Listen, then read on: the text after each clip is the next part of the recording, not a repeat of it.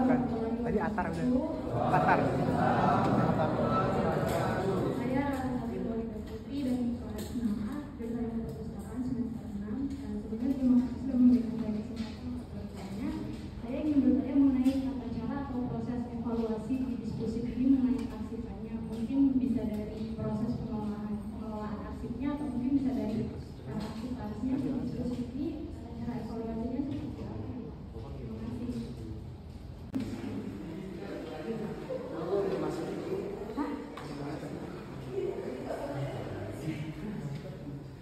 Sepatu hanya alas kaki aja. Terus masuk ke dalam tidak boleh membawa makanan atau minuman. Bila mau ada yang ke kamar mandi, bisa langsung ke kamar mandi sekarang. Karena di dalam steril dan penuh kaca untuk melihatnya kita tertutup, cuma hanya satu orang yang untuk menjelaskan nanti tugasnya. Jadi kita lihat dari luar saja.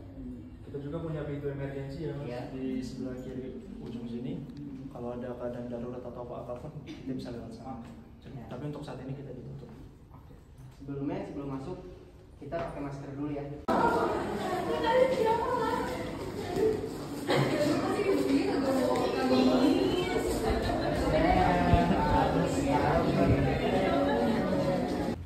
Foto di tahun 1930. Belum ada gedung modernnya, masih gedung lama. Jadi sebelum gedung balai kota itu pindah ke sini, sebelumnya itu gedung balai kota ada di Museum Sejarah Jakarta, Museum Fatahillah. Sampai tahun 1920 awal dipindahin ke gedung balai kota yang di Medan Merdeka Selatan. Nah, sekarang masih ada. Ini begini bentuk penampakannya. Ya. Ayo bisa dilanjut. Sebelah kiri kaca ya. Nah ini tadi dibilang Mas Yoga, ini ada ruang podcast ya, ada pembangunan. Namanya ruang audiovisual dan ruang podcast. Sekarang pakai produk Monster. Dan ini arsipnya itu arsip statis juga. Itu kita bisa nahan api 75%. Jadi misalnya di luar itu sekitar 100 derajat, di dalam cuma 30 derajat panasnya. Kurang lebih seperti itu. Dan untuk sekarang kita kunci karena kita arsipnya belum kita masukin di sini lagi. Kalau mau dipoto silakan aja foto, nggak apa-apa.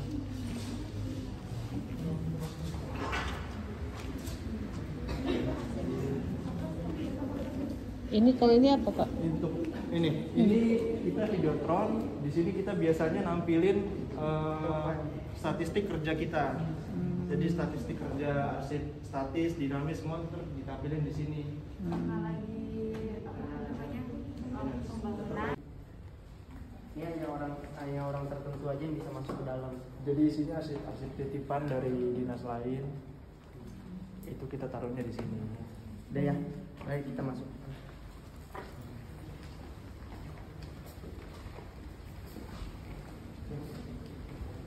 Ini untuk sebelah kanan ini ada arsip statis kita yang isinya sama kayak yang di luar tadi. Ini arsip titipan juga. Cuma di sini kita udah pakai box yang baru. Di sini nama boxnya udah FNS kalau nggak salah. Ini standar FNS. Ini udah produksi baru. Dia udah tahan sama lumut, rayap, dan sama umurnya lebih panjang. Jadi kita pemakaiannya bisa sampai 30 tahun untuk boxnya. Pengorderannya langsung dari Belanda. Iya. Ini arsip statis semua. Nah ini box lamanya tuh yang coklat tuh. Ini box yang lama. Itu masih yang standar, masih umurnya sampai 10 tahun aja. Masuk lagi ke ruang audiovisual. Di sini arsip tahun Sini Belanda statis juga ya. Cuma yang di sebelah kiri ini arsip Belanda. Nanti ada kakaknya yang bakal menjelaskan. Untuk yang sebelah kanan tuh ruangan sementara untuk audio visual. Arsip Belanda. Dari ini silakan yang Lagi dulu. Dari belakang agak maju ke depan. Ya, selamat pagi semua. Pagi. Ya, jadi kami dari divisi ahli media bahasa asing, jadi kami ini menerjemahkan berkas Belanda.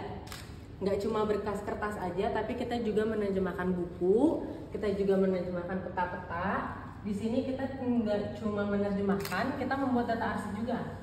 Dan selain data arsip, kita juga melakukan digitalisasi. Kalau misalnya ada yang melihat sebelah sini warna hitam kotak, ini adalah digitalisasi scan foto.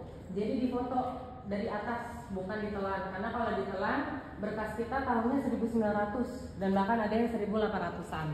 Takutnya merusak arsip yang udah diolah. Tuh. Nah, kalau di sebelah ruangan ini, sebenarnya ruangan ini hanya untuk scan, tapi sedang dipakai untuk ruangan audiovisual. Jadi kenapa ada horden-horden? Jadi kalau scan itu harus 100% gelap supaya supaya kelihatan berkasnya, jadi totalitas hasil digitalisasinya gitu. Makanya di sebelah sini nanti ada horden-horden, dan kalau kalian lihat di situ kan ada di atasnya ada berkas-berkas juga ya. Itu berkas-berkas yang kita temukan di sini. Kebanyakan memang tentang kepegawaian, pertanahan, terkait peraturan-peraturan, bahkan ada hal-hal yang unik. Misalnya kita menemukan paspor atau uang pengangguran. Kartu pengangguran. Jadi dulu kalau misalnya pada pemerintahan Belanda, kalau kita nganggur itu dikasih uang sebelum bekerja. Jadi kayak uang prakerja gitu. Dan di Belanda sampai sekarang masih dilakukan. Dan di sini mungkin berubah jadi prakerja gitu. Dan kita juga dapat peraturan-peraturan unik seperti misalnya ada pajak anjing. Kenapa dulu pajak anjing itu dipajakin? Supaya anjing-anjing yang masuk ke sini itu divaksinasi dan supaya meminimalisir penyakit-penyakit yang masuk ke Indonesia. Cuman mungkin sekarang udah tidak dilakukan kan. Makanya peraturan-peraturan ini kita pelajari, nanti kita terjemahkan ke bahasa Indonesia dan kita buat jadi sebuah buku atau kita bikin jadi sebuah narasi yang kita akan masuk publikasikan gitu. Itu sekilas dari pekerjaan di kami. Kira-kira ada yang punya pertanyaan? Saya pengen bertanya. Misalkan kan tadi kakak bilang ada yang unik ya, arsip atau dokumen dari Belanda yang unik. Apakah kalau misalkan ada terjadi nih hal bencana kayak banjir ataupun kebakaran, apakah ada salinannya kak dari yang arsip yang tadi kakak katakan kayak aturan anjing, kayak misalkan dan lain-lainnya? Apakah ada seperti itu? Makanya kita melakukan digitalisasi. Jadi semua bentuknya kita akan digitalisasikan dan kita simpan ke ruangan yang penyimpanannya tahan api, tahan air, supaya kalau arsipnya kenapa-napa kita juga ada hasil digitalisasinya, supaya kita tidak juga megang lagi aslinya, karena kan yang seperti tadi saya jelaskan 1900-an takutnya rapuh, walaupun kertasnya sebenarnya kuat-kuat aja. Kak, mau tanya, kalau misalnya dari bencana itu kan digitalisasikan, kalau misalnya udah nggak bisa didigitalisasikan, kayak udah rusak parah, itu gimana Kak? Itu nanti kalian akan melewati ruangan konservasi. Dia yang akan menjelaskan gimana berkas-berkas yang sudah rusak, yang sudah tidak bisa dipegang lagi, nanti akan dijelaskan sama kakak yang di belakang itu yang nganterin kalian. Bisa diakses nggak, Bu? Bisa, nanti kita ke belakang. Enggak, setelah di digital? Oh iya, kita emang ini untuk menyiapkan untuk diakses, dipublikasikan. Karena kan sayangnya kalau misalnya informasinya hanya kita doang yang tahu. Jadi memang kita di sini memang tugasnya untuk menyiapkan untuk dipublikasikan nantinya. Untuk publikasikan gimana ya Kak? Apa ada website kayak Laraska di Adi atau? Iya, nanti websitenya ada di Arsip Jakarta. Cuma memang belum kita upload ke situ karena kan masih dalam proses ya. Karena kita nggak bisa naruh informasi setengah-setengah. Kalau informasinya setengah-setengah, di kalian bahkan bisa lebih sedikit informasinya. Saya mau nanya lagi kak, apakah selama ini ada mahasiswa dari jurusan ilmu perpustakaan itu yang meneliti tentang arsip-arsip keunikan tadi, kayak misalkan anjing, kayak misalkan dari zaman Belanda atau apa? Apakah ada yang meneliti tentang itu?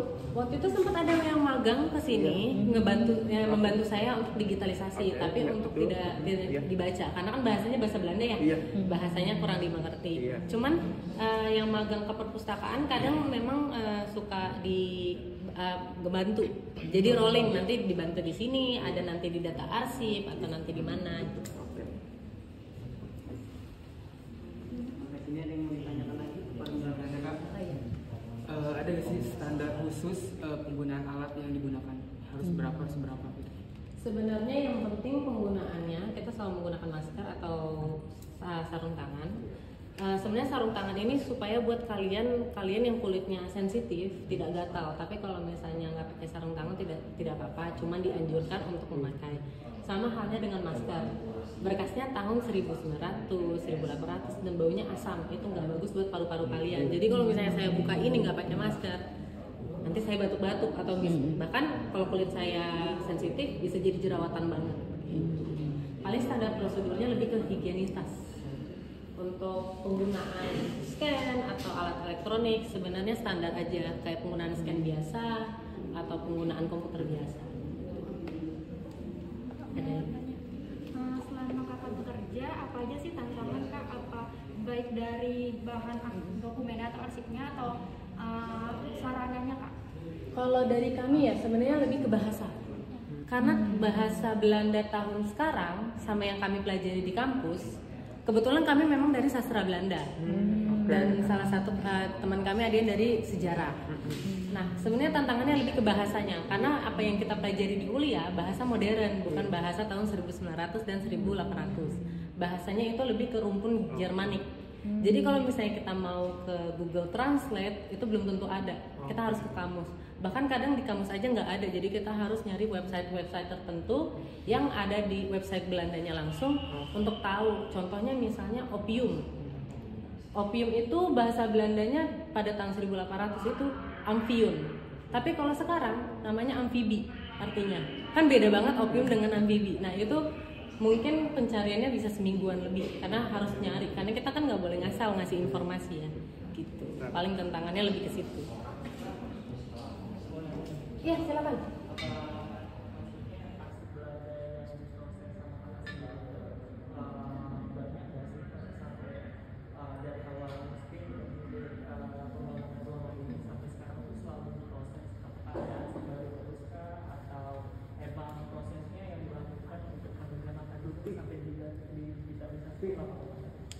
Jadi bahan yang saya terjemahkan itu bahan yang sudah disimpan di sini. Dan sampai sekarang masih proses karena bahannya masih banyak banget ya. Tahun lalu saya 8.000 berkas dan itu masih banyak, masih ada ribuan lagi berkasnya. Dan bahkan kan tadi yang saya jelaskan kita nggak cuma berkas ya, ada buku saya harus terjemahkan, itu mungkin bisa berapa lama gitu. Kami walaupun ada 4 orang tapi tetap aja bahannya banyak. Dan kita kan dari informasi itu kan kadang informasi tidak lengkap ya. Jadi kita harus lengkapkan. Nah prosesnya itu makanya kita juga butuh teman kita yang dari sejarah itu membantu untuk proses itu. Jadi informasinya lengkap. Nah prosesnya memang lebih lama daripada data arsip yang lain karena kita kan berhubungan dengan sejarah kita ya. Jadi makanya lama dan masih proses. Untuk bahan baru mungkin kalau misalnya bahan di sini sudah habis, sudah selesai, mungkin kita akan melakukan akuisisi, yaitu bahan dari mungkin ada dari gedung pariwisata, dinas pariwisata butuh ada orang yang menerjemahkan, nah nanti akan ditaruh ke segini. Maaf, nggak kedengeran. Apa gimana? Agak maju.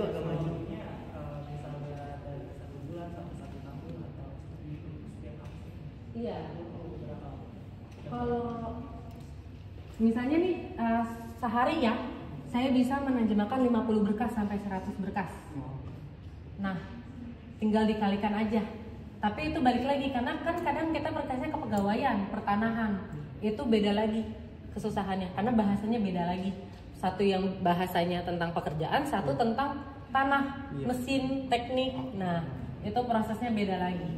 Nah, kalau setahun yang kayak tadi saya bilang itu mungkin 8.000-an berkas atau kurang gitu. Untuk buku mungkin sebulanan. Cukup kali ya? Sekali Bu. Iya. Kalau misalkan kayak tadi kan ada kendala bahasa ya kak, itu misalkan itu kakak apa research itu kayak untuk tahu caranya itu atau ada workshop tersendiri? Kita cari tahu sendiri sih. Cuma mungkin kalau misalnya kita benar-benar mentok ya, karena kebetulan memang kita kuliah dari sastra Belanda, kita akan nanya sama dosen. Kira-kira ada nggak sih website atau mungkin dosen saya bisa menjelaskan ini tuh artinya apa. Saya soalnya dulu pernah lihat juga ada yang Delver itu ya. Oh, Delver ya. Itu biasanya bisa jadi rujukan juga atau? Iya bisa. Kita juga sering banget ngambil dari Delver. Delver apa? Itu yang website. Ya, ini baik kita bakal bergantian sama ini. Ya, untuk Mbak Ariana nanti ada satu lagi. Terima kasih Kak. Iya, makasih ya, Bu. Terima kasih. Terima kasih. Sukses Kak. Iya, makasih Bu. Iya, mari. Batavia di dalam tembok. Jadi tembok di Batavia itu dulunya dikelilingi tembok. Nah ini wilayah dalam kotanya. Dan ini sekeliling kota Batavia ini masih berupa kebun-kebun, lahan kosong dan sawah-sawah. Batavia berarti termasuk Ancol ya Pak? Iya, untuk di zaman ini, kalau konteks di zaman ini tuh sebenarnya yang dimaksud Batavia itu masih cuman ada di wilayah Kota Tua. Oh, Kota Tua Ya, doang. Kota Tua. Sebatas itu doang. Jadi yang Wamandala ini masuk wilayah Kota Tua. Kalau yang kuning itu Pak apa? Kalau yang kuning ini Reisfelder artinya sawah tadi. Oke, bisa. Iya. Kan kalau saya mau maaf nih, kalau saya nonton di filmnya Bumi Manusia, itu kan pada saat itu Pak Boji Anantathur itu kan menulis bahwa ada sejarah Indonesia Batavia sendiri kan Pak, kayak pada zaman atau gadis ketek lah. Itu kan kita ngeliat bahwa rokok itu atau tembakau itu malah menjadi alasannya Belanda pada saat itu untuk mengambil ahli gitu. Ini tuh punya saya, itu punya kami gitu. Nah, kalau dari Bapak sendiri, apakah ada arsip tentang tembakau itu atau mungkin arsip-arsip tentang sawah ini gitu, hasil dari tambang, batu bara dan lain sebagainya? Kalau untuk tembakau ya saya pernah waktu itu buka stasiun, cuma lupa tahunnya tahun berapa. Jadi di situ pemerintah Belanda mengeluarkan aturan mengenai pengaturan jual beli tembakau cross. Jadi tembakau yang masih kasar. Di situ diatur gimana cara produksinya, gimana cara distribusinya, gimana cara pengolahannya, itu semua diatur di situ dalam stasiun. Itu di tahun 1900 di awal abad ke-20 tembakau cross. Cuma untuk yang dokumen-dokumen lainnya kita belum nemu, mungkin perlu ditelusuri lagi. Oke. Terima kasih Pak. Ya. Yuk silakan dilanjut lagi. Kalau yang hijau itu sama juga ya, mungkin di kuning itu Udah panen. pejabat sananya. Oke. Gitu. Yang untuk yang ini ruang audio visual media baru yang sudah dikerjakan, isinya VHS, roll film sama Betamax, dia berbentuk kaset. Kalau ini Statis juga. statis juga. Kalau ini Sekda Pro. Isinya Sekda Pro. Berarti di Flores ini termasuk statis ya? Berarti nggak dipindahkan ke arsip, ke Andre ya? Enggak. Ini emang dari koleksi kita dari awal yang udah ada di situ. Kita kelola, ini nggak diakuisisi ke. Kalau yang ini juga tempat penyimpanan juga, tapi berbentuk kaset, audio visual, semuanya ada di sini. Di sini tuh dari PFN dan IKJ.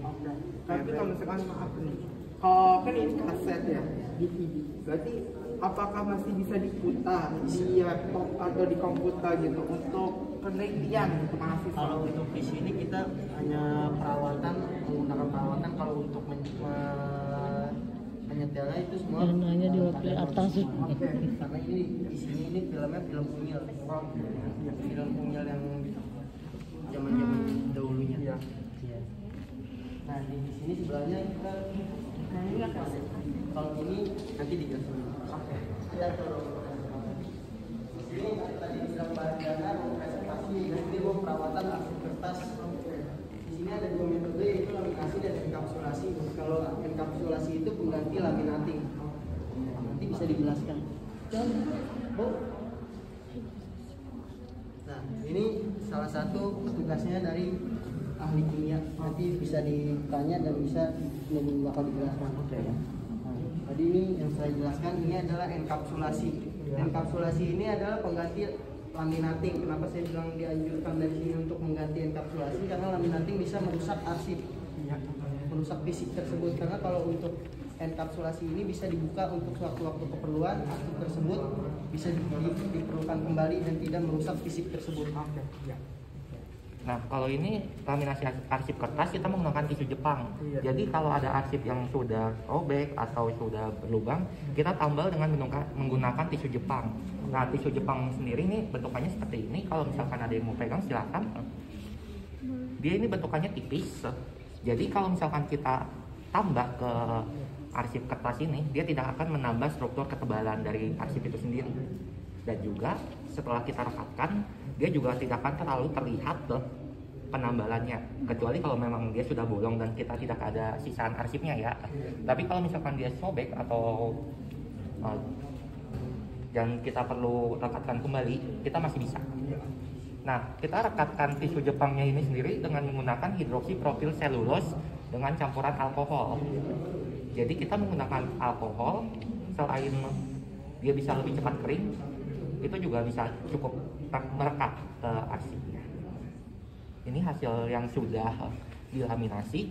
Awalnya ini sobek, tapi karena ada sisi yang sudah hilang, jadi kita sudah tidak bisa apa-apakan kembali. Tapi setidaknya kita masih bisa membuat arsip itu terlihat seperti lama lagi. Kak, apakah kerja sama perpustakaan yang reservasi di Salemba? Kalau yang di Salemba itu nasional ya. Jadi kalau di sana tuh dia kenya ANRI. Kalau kita yang di Cikini, perpustakaan daerah. Berarti nggak kerjasama ya? Kerjasama ada, tapi kalau untuk tektokannya tergantung instansi terlebih dahulu. Kalau misalkan kita bisa bekerja sama, tentu akan bekerja sama. Tapi kalau misalkan untuk sendiri-sendiri seperti internal, perpustakaan nasional itu ke ANRI, kalau perpustakaan daerah yang di Cikini ke sini. Pak, saya mau tanya, apakah yang mengusir tantangan seperti ini tuh hanya anak-anak teknik kimia aja, atau membawa kita dari mahasiswa ilmu perpustakaan untuk bekerja, atau langsung mempraktekkan hasil arsip yang sudah mengalami kerusakan, Pak? Semuanya boleh. Oke. Kalau untuk yang kimia atau teknik kimia itu lebih memahami cara kerjanya, kenapa kita memakai bahan ini atau kenapa kita menggunakan cara ini. Tapi kalau misalkan kalian semua ingin bekerja di bidang ini, tentu bisa. Pemilihan untuk yang kimia atau teknik kimia hanya untuk lebih memahami aja cara kerja dari bahan-bahan yang digunakan. Ini lebih aman pakai alkohol terus dicampur sama itu tadi? Hidroksipropil selulose. Apa ini Kak, satu lagi bookkeeper sama metricel? Saya pernah pakai. Kalau bookkeeper dia tuh lebih cenderung untuk menghilangkan keasaman ya. Nah, sedangkan kalau ini kita untuk merekatkan kembali, fungsinya akan sama. Fungsinya itu berbeda, tapi dia satu proses. Jadi kalau misalkan kita ada arsip yang kondisinya sudah asam sekali ya, yang sudah cukup rapuh juga, kita harus hilangkan dulu asamnya itu dengan menggunakan bookkeeper yang tadi banyak sudah jelaskan. Tapi kalau misalkan arsip itu masih bisa kita asamnya masih bisa kita tolerir, kita bisa langsung ke laminasi saja. Jadi kalau laminasi dia lebih ke memperhatikan struktur kertas. Sedangkan kalau yang menggunakan bookkeeper itu namanya deasidifikasi arsip kertas, di mana deasidifikasi sendiri itu menghilangkan keasaman pada arsip kertas. Ada tingkatan keasamannya nggak? Tingkatannya tuh tentu ada ya, tapi yang terlihat secara kasat mata tuh sama semua. Dia akan berwarna kuning juga seperti ini dan dia cukup rapuh. Tapi kalau secara melihat fisik akan sama aja. Kecuali kalau kita ukur dengan pH. Kalau kita ukur dengan pH baru kita bisa tahu, oh ini sedikit asam, oh ini asamnya udah tinggi sekali gitu. Itu berapa kadar pH yang bisa digunakan? Berapa kadar pH?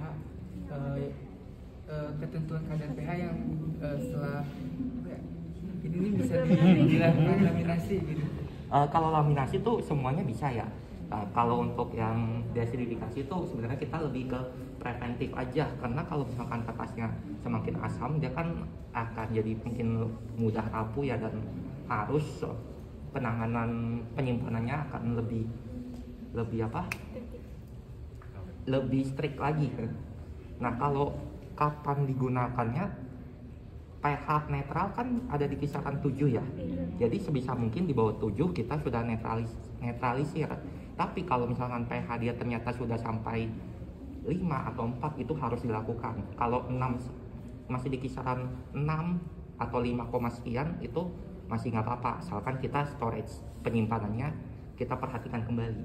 Tapi kalau udah 5 ke bawah itu sebaiknya kita deacidifikasi agar asamnya bisa hilang. Untuk ukuran kertas Jepangnya sendiri, tisu Jepang ya? Iya. Itu tuh berapa ketebalannya biasanya yang digunakan? 0,006 mm. 0,006 mm. Itu umumnya sih. Sebenarnya ada yang 0,008, tapi akan tergantung lagi ke penggunaan kertasnya. Tapi secara umum kita menggunakan 0,006 karena itu sudah cukup tepat, cukup pas untuk ditambahkan ke arsip ini. Nah, ketebalannya seperti ini. Tadi kalau misalkan yang sudah mencoba pegang, nah seperti itu. Kalau nggak sih, ini kan udah ditaruhin perekat ya, Ya. simpan. Pernah nggak ini arsipnya mengalami keasaman lagi di penyimpanan? Itu tergantung penyimpanannya kembali ya. Kalau misalkan dia suhunya untuk arsip ini sendiri idealnya tuh di kisaran 12 derajat ke bawah lah. Kalau misalkan dia di atas 12, pengaruh lingkungan akan mempengaruhi kembali kenaikan asamnya, tapi tidak akan secepat itu karena kita sudah netralisir kembali. Tapi akan naik atau enggak, tentu akan naik. Berarti di sini benar-benar perhatian sama bahan yang digunakan ya? Iya, dan storage-nya juga akan diperhatikan juga. Makanya perlu dilihat lagi kontrol suhu. Kalau misalkan dia suhunya sudah agak tinggi, itu kita harus meriset kembali biar suhu ruangan penyimpanan ini harus stabil kembali. Ya. Untuk tisu Jepangnya sendiri itu atau bahan-bahan kayak servasi itu harus bisa dijual secara bebas atau ada vendornya sendiri? Kalau untuk dijual secara bebas kurang tahu ya, karena kita kan kerjasamanya dengan vendor, dan juga tisu ini emang impor dari Jepang. Jadi kalau untuk tahu dia dijual secara umum atau enggak kurang tahu, saya kurang tahu. Tapi kalau untuk tisu sendiri itu bahan-bahannya dari vendor? Emang dari vendor. Ada lagi yang mau ini? Kok aku boleh Ya? tanya nggak? Kalau program evaluasi program kerja di sini tuh seperti apa? Maksudnya yang kayak gimana? Kayak hasilnya itu per bulan, misalnya kakak harus reservasi berapa bahan? Oh, KPI lah ya, anggapannya. Sebenarnya tergantung lagi sih arsip apa yang akan masuk ke sini, karena kan kalau yang bisa dilihat di sini yang sebelah sana mengerjakan arsip kertas, di sini arsip kaset. Jadi dan juga arsip kertas kan preservasinya macam-macam ya. Ada laminasi, ada enkapsulasi. Jadinya itu akan bergantung lagi terhadap apa yang masuk, apa ya permintaannya, dan seberapa banyak arsip yang ada di sini. Jadi kalau untuk secara spesifik kita nggak bisa jawab sih. Sesuai dengan arsip yang harus dipreservasi. Sesuai urgensinya gimana dan apa yang harus kita lakukan. Dari situ baru tiap stepnya. Nah, hari ini sekian ya, hari ini sekian ya. Makasih ya kak. Oke. Misalkan itu berarti ada prioritas, misalkan arsip ini ada beberapa arsip ini baru misalkan langsung ditindaklanjuti atau kayak ya udah yang sebelumnya itu dari awal gitu. Itu tergantung permintaan lagi ya. Jadi nggak bisa langsung check langsung harus ini dulu. Jadi akan tergantung dari pimpinannya lagi mana yang harus kita prioritaskan. Kalau untuk sekarang kita memprioritaskan kaset PFN dan juga arsip dari SKGUP. Tapi itu untuk saat ini. Mungkin aja minggu depan ada arsip lain baru yang masuk dan sifatnya lebih urgent, kita akan mengerjakan itu terlebih dahulu. harus tergantung atasan? Karena kan penilaiannya juga ada ya, jadi nanti dari penilaiannya masing-masing lagi itu akan kita kerjakan. Nah. Oke, sama-sama. Terima kasih. Kasih ya, Dek. Ada digitalisasi sama daftar arsip. Nah, sekarang kita lagi kerjain daftar arsip. Dimasuk ruangan. Dan bisa dijelaskan sama Mas Yadi. Silakan. Silakan masuk semua.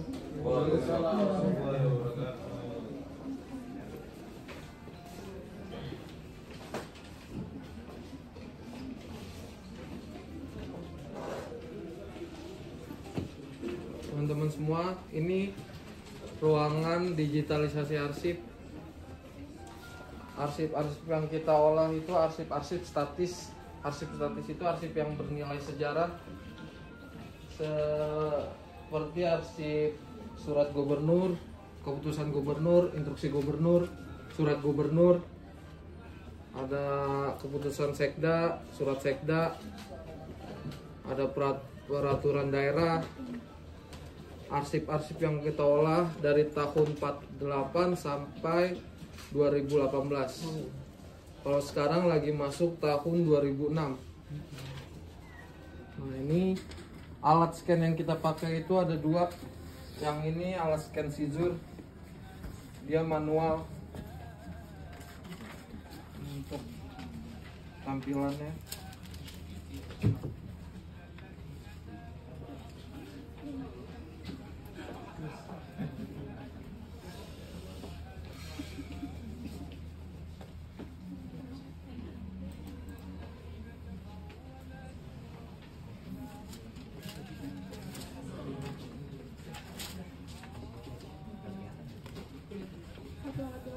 Ada dua, yang satu ini alat scanner Kodak, dia modelnya kayak fotokopier yang cepat. Itu buat arsip-arsip yang masih bagus. Kalau yang scissor ini arsip yang rapuh. Ini kan arsip rapuh nih. Kalau dia pakai alat scan yang Kodak, dia bakal sobek. Enggak panas. Ya karena cepet langsung. Iya. Takutnya rusak. Ini proses kegiatannya.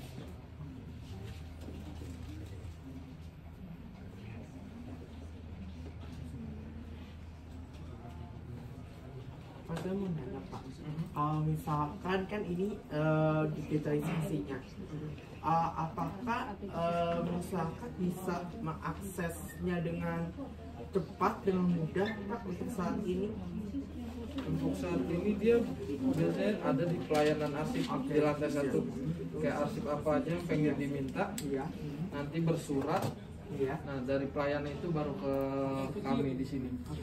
Tapi kan kata Bapak tadi ada arsip yang sampai tahun 2008. Ada nggak arsip yang mungkin zaman dahulu gitu, ketika zaman penjajahan Belanda Bapak digitalisasikan?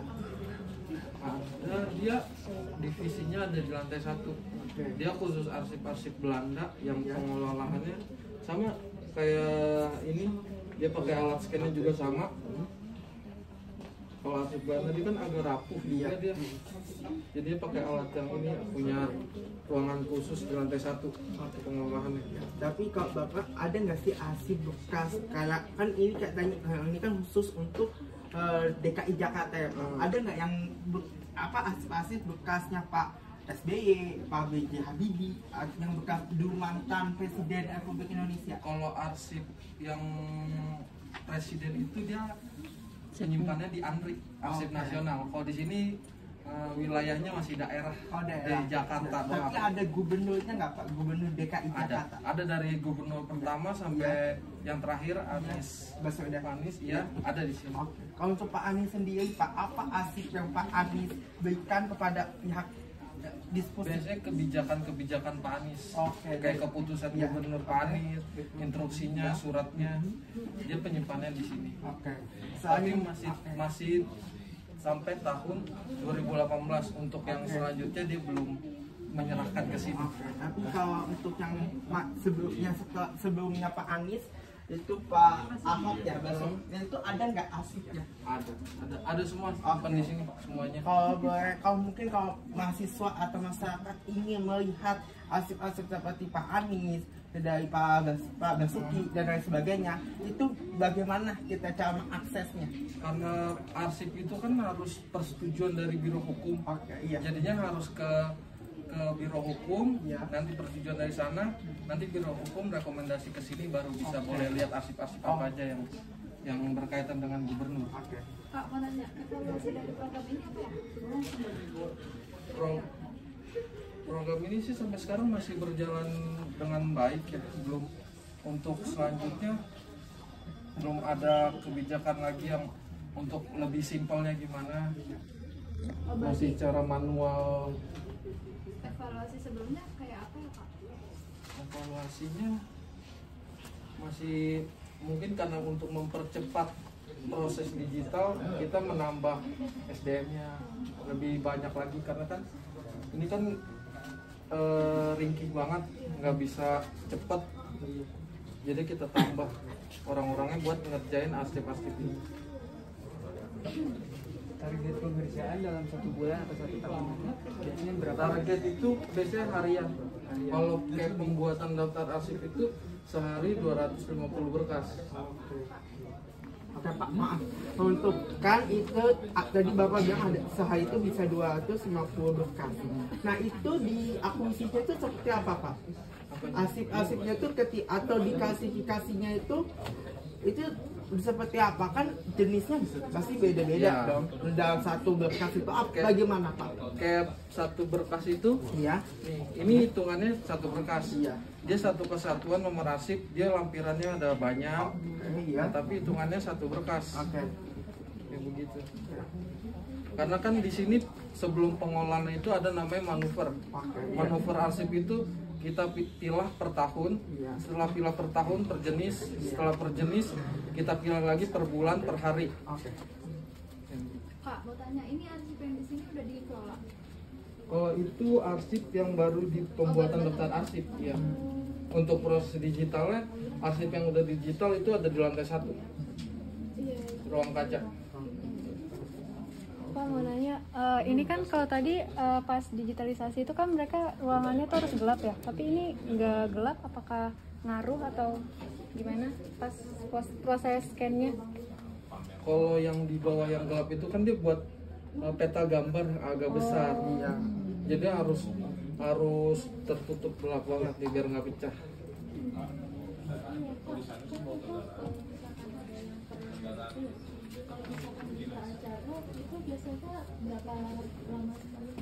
Kalau untuk hasil kegiatannya, pembuatan berita acara itu sebulan sekali.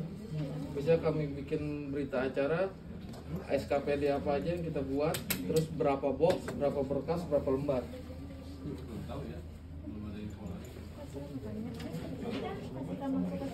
Sepertinya itu banyak ya yang di foto-foto itu.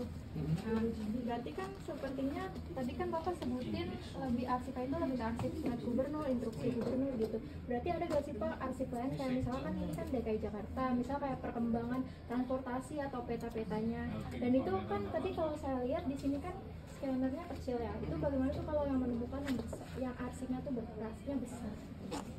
Arsip yang kayak foto-foto itu dia ada divisinya sendiri. Kalau di sini divisi arsip statis.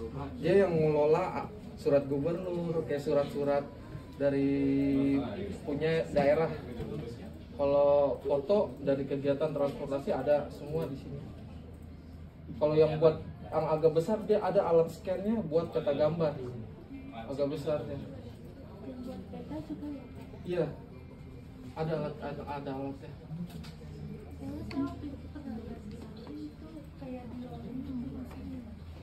Kalau di sini nggak di rolling ya, otomatis. Jadi tinggal kita masukin peta gambar yang berapa kilometer, udah langsung otomatis narik sendiri. Itu udah duduk loh. Karena di bawah kan ada bakal pindah arsip peta gambar kan di bawah, tapi karena baru proses direnov jadi belum turun. Ada nggak sih Pak kendalanya ketika mau mendigitalisasi arsip ini? Kendalanya itu mungkin kayak pelepasan staples. Kalau zaman dulu kan masih di staples. Nah itu yang mungkin harus hati-hati. Takutnya kan ringkih banget berkasnya, takutnya sobek apa gimana. Itu doang sih hambatan. Kak, tadi kan yang direnov kan berarti ngaruh nggak sama kegiatan di sini? Karena renovnya kan dia nggak seluruh lantai, jadinya kegiatan yang lantai 1 dikosongin pindah ke lantai lain. Berarti nggak ngaruh? Nggak berpengaruh.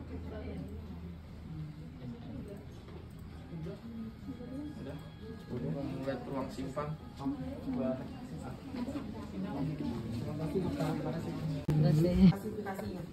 klasifikasinya kita acuannya dari Andri. Bukan, tidak pakai divisi. Enggak, soalnya saya mau maaf, ada beberapa lembaga kearsipan yang mereka yang seperti ini tuh pakainya divisi Pak. Jadi sesuai dengan kayak yang 000 sampai 900 gitu. Itu beda kalau kualifikasi itu nanti pas pembuatan daftar arsip. Oke. Kalau itu kan baru kita manuver. Iya. Baru kita pilih semua. Kak, ini emang disusunnya sesuai nomor angkot atau gimana? Oh, Ini baru sementara doang, belum di nomor ya belum dikasih nomor boxnya. Ini baru jadi satu kesatuan kayak SK Gubernur dari Januari sampai Desember baru kita kelompokin per jenis sama per bulan per tahun. Tapi Pak, ini bisa kita akses nggak? Bisa kita buka, kita baca apakah emang arsipalis yang akan memberikan kepada kita? Ini yang kalau permintaan itu di pelayanan, kalau masalah masnya mau lihat itu pelayanan dulu, karena kan ini arsip biro hukum yang masih rahasia nggak boleh. Oke. Tapi kalau selain biro hukum ada lagi nggak arsip-arsip yang bisa dilihat tanpa adanya persetujuan dari biro hukumnya sendiri? Biasanya dia arsip bukan yang dari kayak keputusan gubernur yang lain. Oke. Ya. Tuh, nih. Kamu kok sering? Itu udah standar. Kalau untuk ini kan box sementara, untuk arsip statis ini pakai box yang ini. Dia box udah bebas asam. Itu dari Andri atau dari vendor kan? Ini spek Andri. Tapi yang ini vendor yang bikin. Dari dasar Andri. Enggak, iya. Soalnya saya pernah dengar katanya Andri juga kayak menjual. Ada juga Andri ininya yang bagian pembuatan. Kak, boleh nanya nggak kalau proses dari arsip-arsip ini ke arsip tadi kan ke digital, terus ke arsip ini itu prosesnya itu kayak gimana? Prosesnya kita pertama itu manuver dulu, kita pilah. Setelah rapi kayak gini nanti dinomorin nomor box. Setelah nomor box kita pembuatan daftar arsip. Setelah pembuatan daftar arsip baru proses digitalisasi. Bisa menjadi. Iya. Makasih ya Kak. Iya. Oh ya Kak, kalau misalkan penyusunan arsipnya itu biasanya pakai prinsipnya provenance atau original order atau yang itu nanti coba tanya ke arsiparisnya. Arsip-arsip itu ada yang gimana kalau Arsiparisnya itu udah terlalu banyak. Lantai 1 udah belum ketemu arsiparisnya. Iya, belum apa ya. Mungkin nanti dijelasin prosedurnya sama arsiparisnya. Oh iya.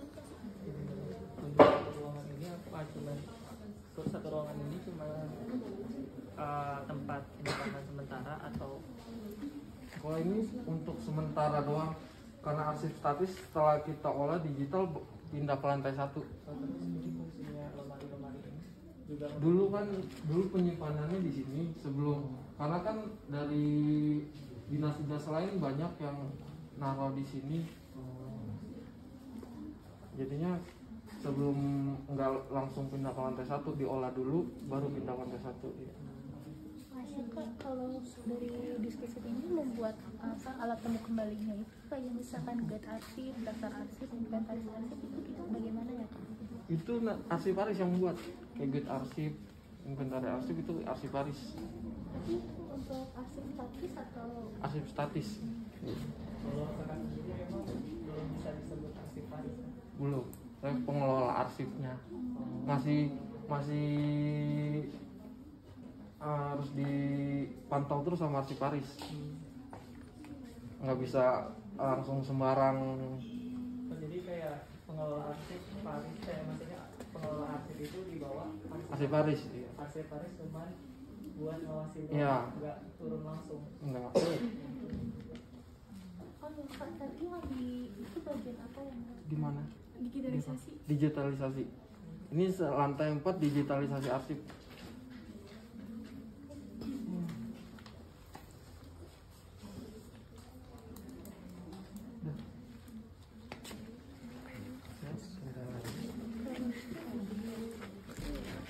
Bismillahirrahmanirrahim. Assalamualaikum warahmatullahi wabarakatuh.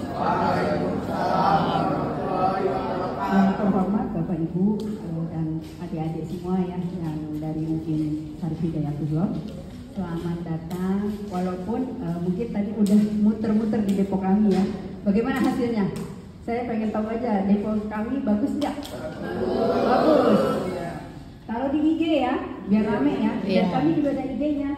Di Arsip Jakarta, Arsip _ Jakarta ya, nanti tolong biar rame karena memang setiap tamu-tamu yang datang kami inginkan mereka harus ada tanggapannya, mungkin saran-sarannya gitu kan, terus bagaimana pelayanan kami selama Bapak Ibu dan adik-adik semua datang ke kantor kami, sehingga itu mendapatkan juga poin buat kami dan kita harapkan ini akan terus menjadi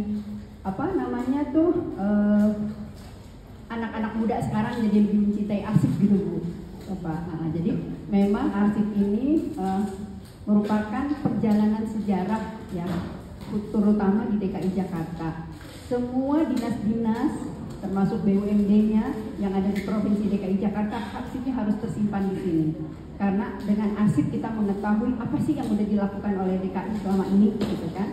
Misalnya mau lihat arsip tentang rumah susun, udah berapa jumlah rumah susun yang dibangun oleh DKI, udah berapa flyover yang Bapak Ibu sekarang setiap hari lewati yang udah dibangun oleh DKI Jakarta gitu. Nah itu dari situlah bisa belajar apa arsip-arsip yang sudah dilakukan oleh Pemprov DKI Jakarta. Dan sekali lagi saya mohon maaf tadi memang kebetulan saya ada menengok pimpinan yang sakit.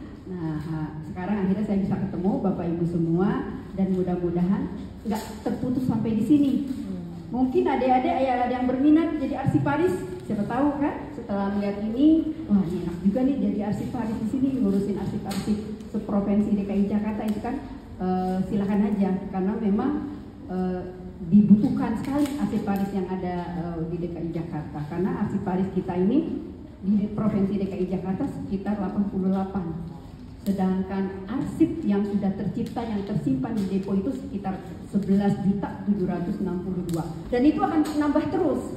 Karena kalau dinas-dinas selama ini pencipta arsip menciptakan arsip, otomatis nambah lagi arsip. Mana yang dinilai nih Pak Luhut, Mbak Mida, dan teman-teman semua, itu menilai mana arsip yang disimpan yang mempunyai nilai sejarah dan arsip yang memang harus dimusnahkan. Nah disinilah tempatnya. Kita memusnahkan arsip-arsip dari semua OPD-OPD perangkat daerah, dalam hal ini dinas-dinas yang mungkin Bapak Ibu tahu misalnya kayak Dinas Citata, Bina Marga, Dinas Perumahan, itu arsipnya semua ke sini. Nah itu nanti dinilai mana yang memang retensinya sudah habis dan bisa dimusnahkan, mana yang mempunyai nilai sejarah. Yang nilai sejarah itu ditaruh di depo kami. Mungkin itu sambutan dari saya sekali lagi atas nama Kepala Dinas Perpustakaan dan Kearsipan Provinsi DKI Jakarta. Selamat ketemu kembali. Mudah-mudahan ini bukan yang terakhir kali. Mudah-mudahan adik-adik nggak misalnya perlu untuk penelitian apa, silakan datang ke sini ya. Billahi taufiq wal hidayah. Assalamualaikum warahmatullahi wabarakatuh. Waalaikumsalam. Di sini aja nih, di sini. Gibran jangan selfie ya. Enggak dong. Ini. Oke. Ibu di sini, Ibu. Lah, saya dari mana biar kelihatan?